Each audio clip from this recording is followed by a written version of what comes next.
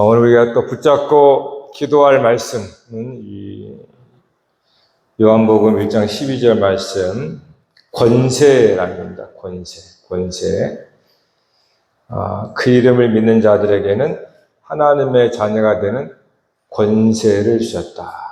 이 권세가 엑수시아. 우리가 지금 첫째 저녁에는 키워드를 가지고 우리가 지금 신앙을 배워가고 있습니다. 키워드. 권세.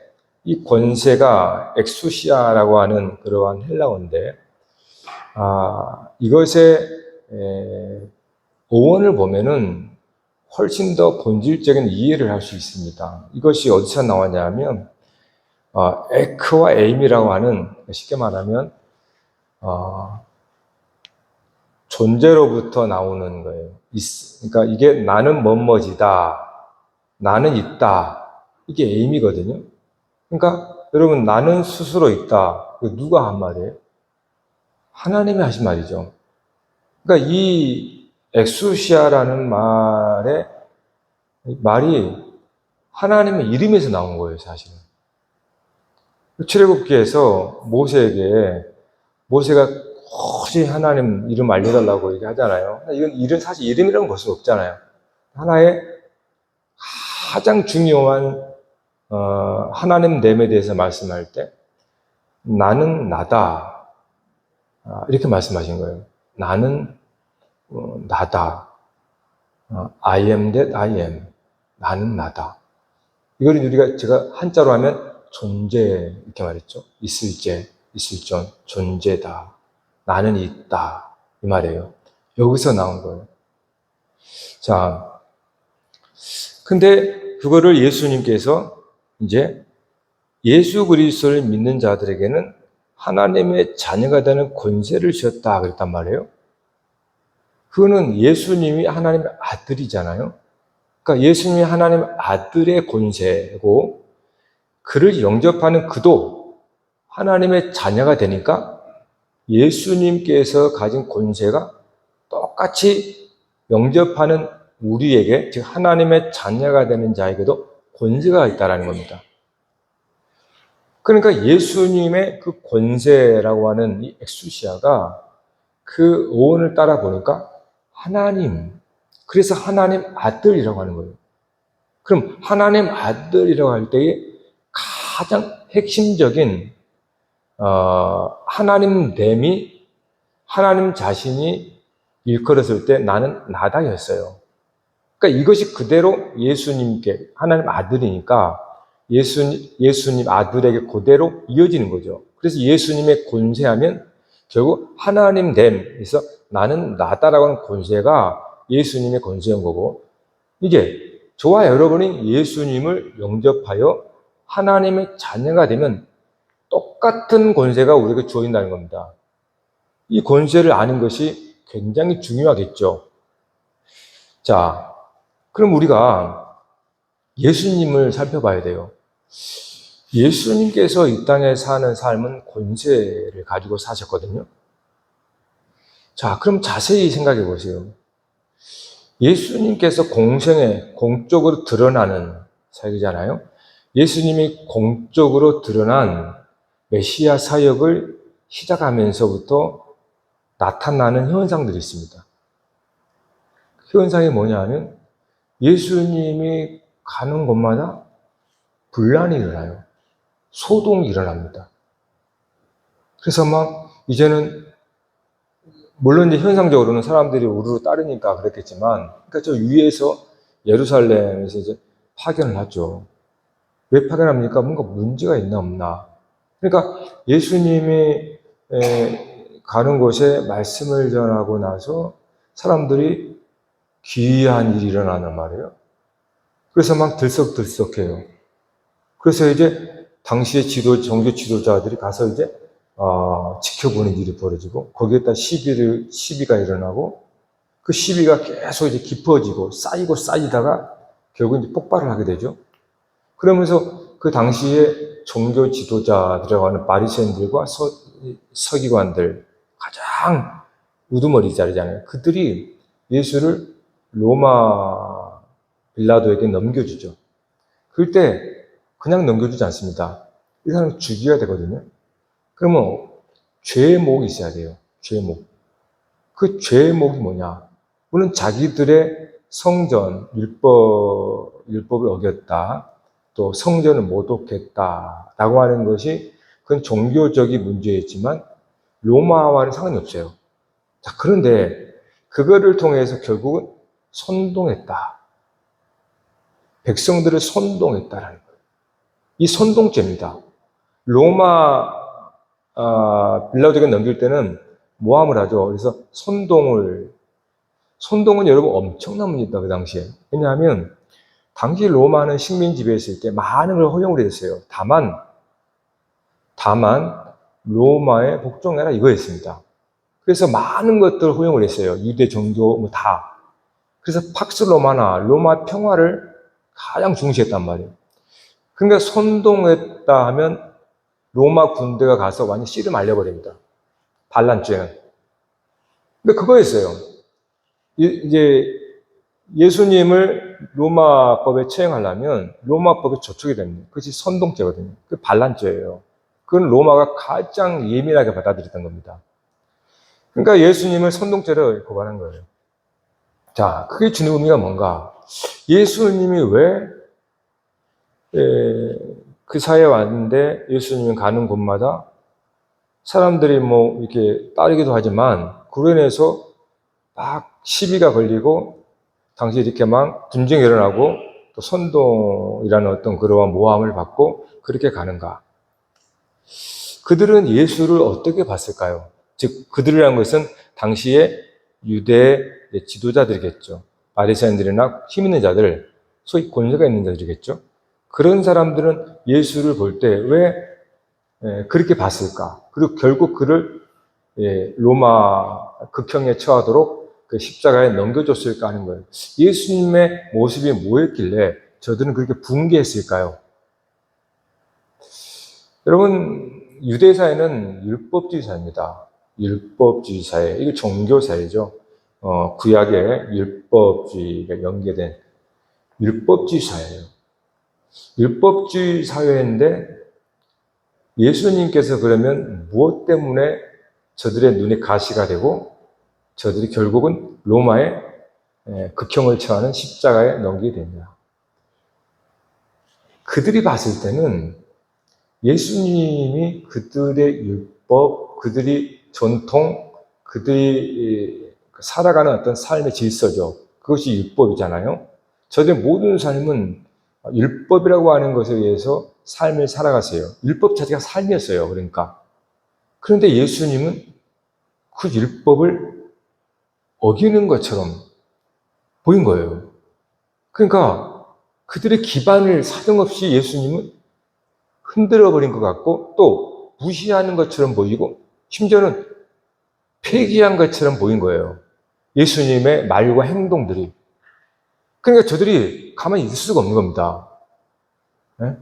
그래서 선동한 게 사실 틀린 게 아니거든요. 백성들이 우리를 막 이러지 않습니까? 그것 때문에 예수님이 죽은 거예요. 그러면 예수님이 그렇게 하는 것이 의도적이었을까요? 의도적인 게 아니고, 물론 의도라는 게 들어갈 수 있겠지만, 예수님은 그 권세에 따라서 산 겁니다. 그 권세라는 건 뭡니까? 하나님 됨이라고 그랬어요. 하나님, 나는 나다라고 하는, 이게 굉장히, 중요한 건데, 이걸 우리에게 선물로 준 거거든요, 사실은. 사람들에게. 하나님 형상으로 지은 자들에게 하나님 이걸 준 겁니다. 근데 우리는 죄로 말미암아 이걸 잃어버렸어요. 또 일그러져 버리고 타락해 버렸어요. 예수님이 이거를 원상 회복시키러 오신 거거든요. 그러니까 우리가 예수를 믿으면 어떤 일이 벌어지냐? 예수를 보면 돼요. 그러니까 예수님은 이 땅에 하나님이 주신 권세를 가지고 사시는 것이 나타난 현상은 마치 그 당시의 세상을 막 뒤집어버린 것처럼 그 당시 모든 율법과 전통과 풍조를 다 막 엎어버린 것처럼 그렇게 보이는 거예요. 왜 그러냐 하면 하나님의 하나님됨을 하나님의 주권이라고 그래요. 그러니까 나는 나다라고 하는 것은 하나님의 주권입니다. 하나님의 주권을 가장 잘 보여준 비유가 구약이나 신약에서 똑같이 나오는데 토기장의 비유예요. 토기장의 비유가 뭐냐면 토기장이가 진흙을 굽잖아요. 진흙을 구울 때 토기장이 마음대로 하는 거예요. 토기장의 손에 의해서 진흙이 만들어진 거지. 그러니까 어떤 그릇이 만들었다고 그래요? 그러니까 이 그릇이 나는 왜 이렇게 지었어요? 라고 말 못하는 거예요. 나는 왜 이렇게 만들었어요? 라고 그렇게 말하지 못하는 거예요. 왜요? 그건 토기장의 마음이기 때문에. 토기장의 주권이거든요. 토기장이가 하나는 좋은 그릇, 하나는 나쁜 그릇 만드는 것, 토기장의 주권입니다. 만들어진 것들이 말할 수 없다는 뜻이에요. 그걸 하나는 주권이라고 비유를 합니다. 이사야서나 바울의 로마서에서. 그러면 그것이 주는 게 뭘까요? 하나님의 주권이라는 것이 결국에는 자유입니다. 자유. 자율성. 이것이 나는 나다라고 표현되는 거예요. 그러니까 다른 누군가에 의해서 규정되는 내가 아니라 이건 하나님의 이름이 아니잖아요. 하나님의 이름은 사실 없습니다. 하나님의 이름을 가진 순간 그 이름에 종속돼 버려요. 그건 하나님이 아닌 거예요. 그러니까 하나님을 설명할 수 있는 파편적인 이름들, 성품도 있을지 몰라도 하나님을 말할 수 있는 이름은 없습니다. 여러분이 이름이 있는 거죠. 여러분 이름 밖에 여러분은 없어요. 여러분 이름 안에 있는 거예요. 그래서 하나님은 이름이 없는 거예요. 그래서 하나님은 나는 나다라고 했던 겁니다. 그러니까 그 하나님께서 나타난 행함에 있어서 나오는 것이 자율성이고 주권이에요. 자, 예수님이 그렇게 사신 거예요. 예수님은 하나님 아들로서 하나님됨을 가지고 오신 거예요. 이거는 사실 우리에게 처음부터 준 거거든요. 근데 우리는 죄로 말미암아 그걸 잃어버린 거예요.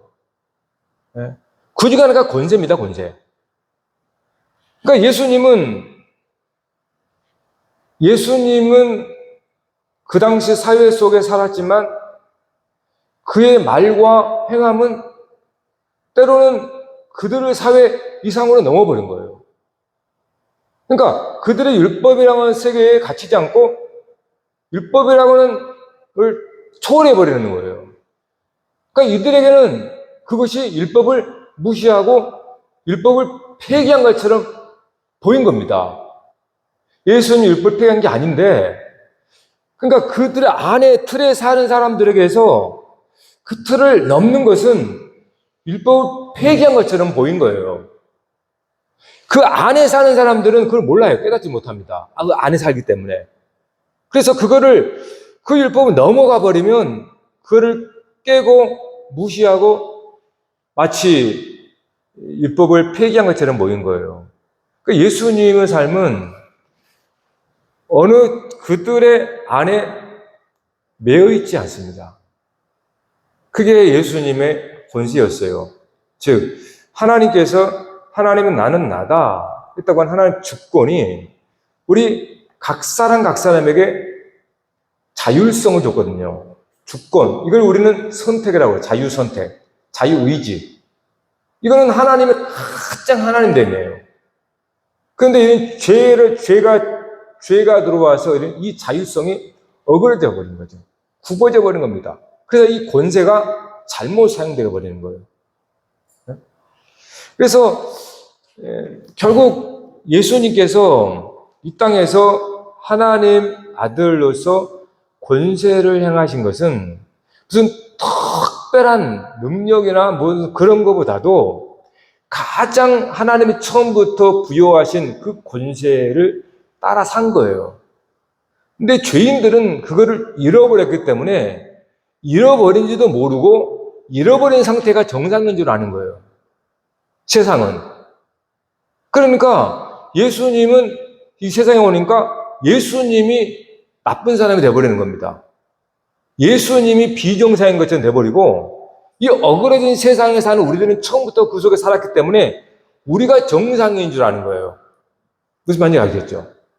그러니까 예수님은 하나님의 모습에 있다고 오셔서 사람은 이렇게 사는 거야 라고, 하나님의 자녀는 이렇게 사는 거야 라고 말씀해 줬는데 우리는 그걸 들은 적도 본 적도 없어요.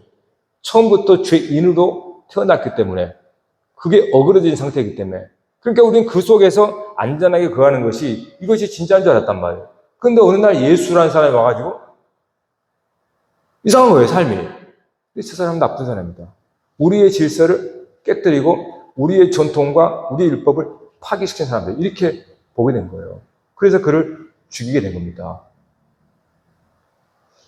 여러분, 그러니까 하나님, 예수님이 우리에게 오셔서 권세가 있다고 하는 것은 결국 아들의 권세 회복입니다.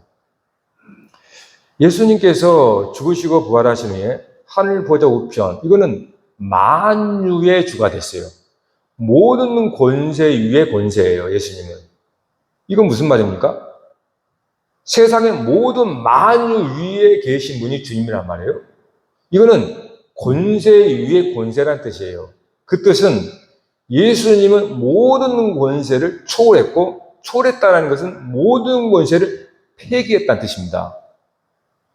여러분, 예수를 믿으면 그러한 놀라운 자유가 회복이 됩니다.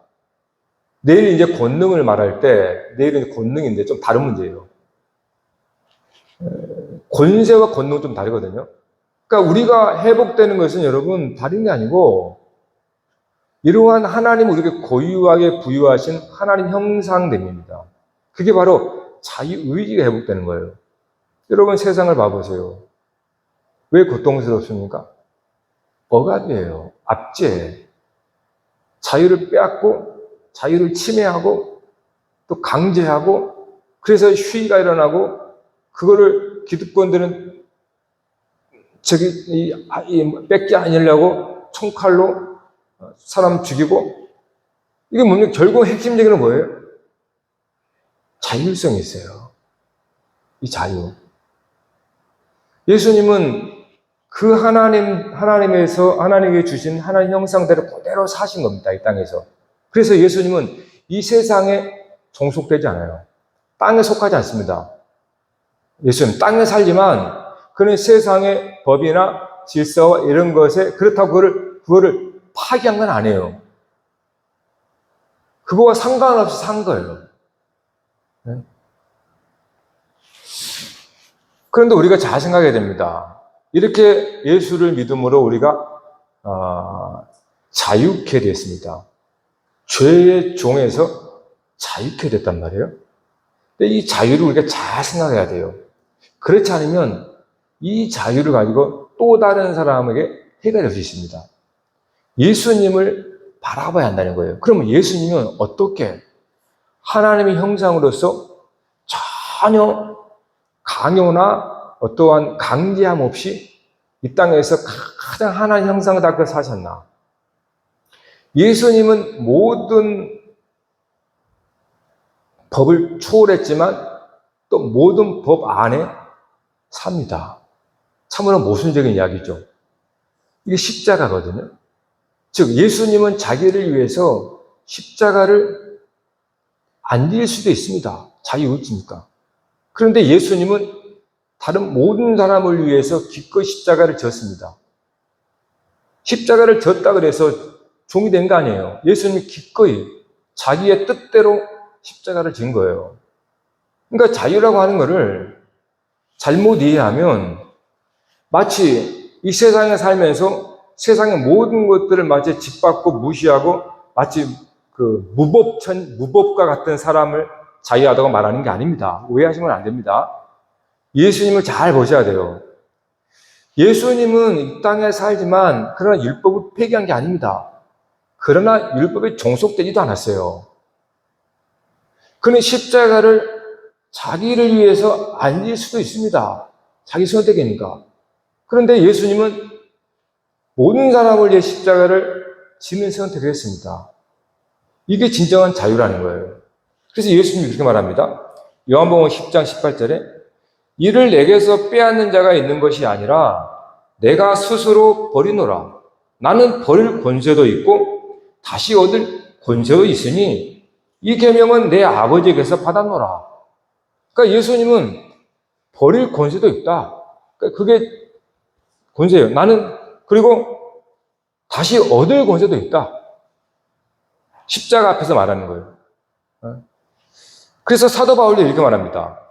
고린도전서 10장 23절에 모든 것이 가하나 모든 것이 유익한 것은 아니요 모든 것이 가하나 모든 것이 덕을 세우는 건 아니니. 이게 그리스도인에게 주는 자유입니다. 그러니까 저와 여러분에게는 그리스도의 복음으로 말미암아 죄에서 자유케 된 그런 은혜를 갖습니다.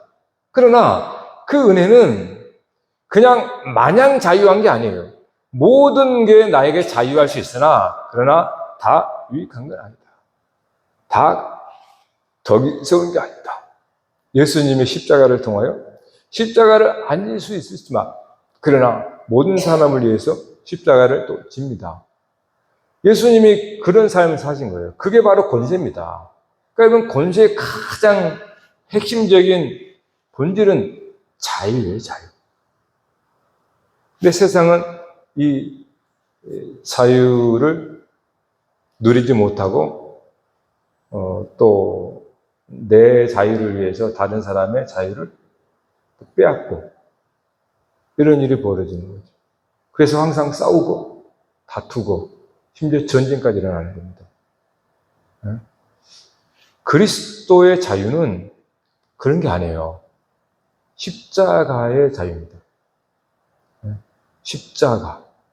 그래서 자기를 위해서 이 십자가를 피할 수도 있지만 모든 사람을 위해 십자가를 질 수도 있다. 그러니까 이게 가장 큰 자유죠. 십자가를 지는 게 진정한 자유예요, 자유. 내 자신을 위해서 어려운 것을 돌아가는 것, 그것도 자유입니다. 여러분의 선택이니까. 그러나 십자가를 지는 것은 그것도 자유예요. 근데 누구를 위하여? 누구를 위하여? 나를 위하여?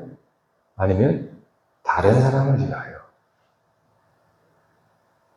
우리가 성경을 배우는 이유는 하나님의 존재 방식을 배워나가는 겁니다.